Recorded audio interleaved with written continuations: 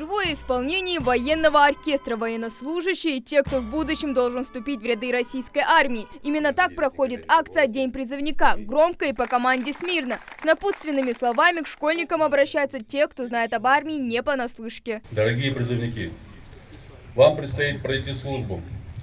Это не только гражданский долг каждого молодого человека, его обязанность, но и серьезная школа жизни, возмужание, становление молодого человека, почетная и ответственная миссия. Это не скучные уроки или нудные лекции, все слова – история. Ведь буквально через год кому-то из них предстоит отправиться в армию, и советы, как служить, чтобы Родина и родные тобой гордились, им обязательно пригодятся. То, что вы сегодня упустите, вы не сможете наверстать уже более никогда. Поэтому я вам желаю успехов в вашей жизни, в учебе, в военном деле, в любом направлении, которое вы выберете для себя.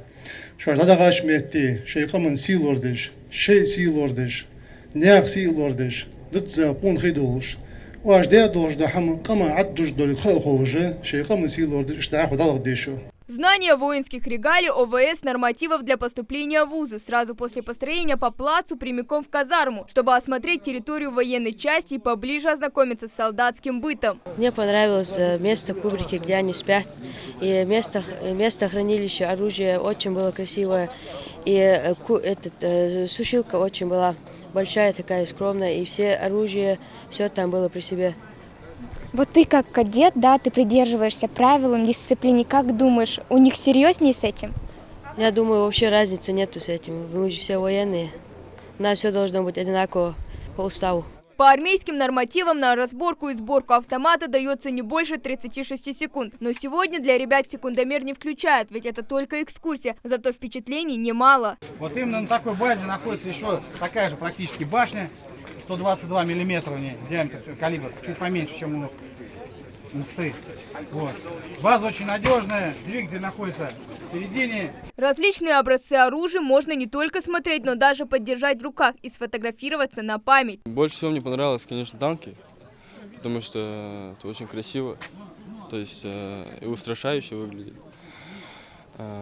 Поэтому меня это прям задело, в общем, мне это прям понравилось. Строгая форма и отточенные приемы. Социально-патриотическую акцию «День призывника» отмечают 15 ноября. Дату учредили еще в 1992 году, чтобы повысить значимость и престиж военной службы. На этот раз мероприятие проводят заранее, с тем же интересом к армейской жизни. Мероприятие проводится в соответствии с нормативными документами, постановлением правительства Российской Федерации, приказами министра обороны, потому что военно-патриотическому воспитанию молодежи в нашей стране уделяется огромное внимание. Чтобы быть полезным обществу и своей республике, не обязательно быть военным, считает Азим Цычоев. Парень уже определился, кем хочет стать в будущем. Профессия хоть и не связана с армией, но тесно с ней пересекается.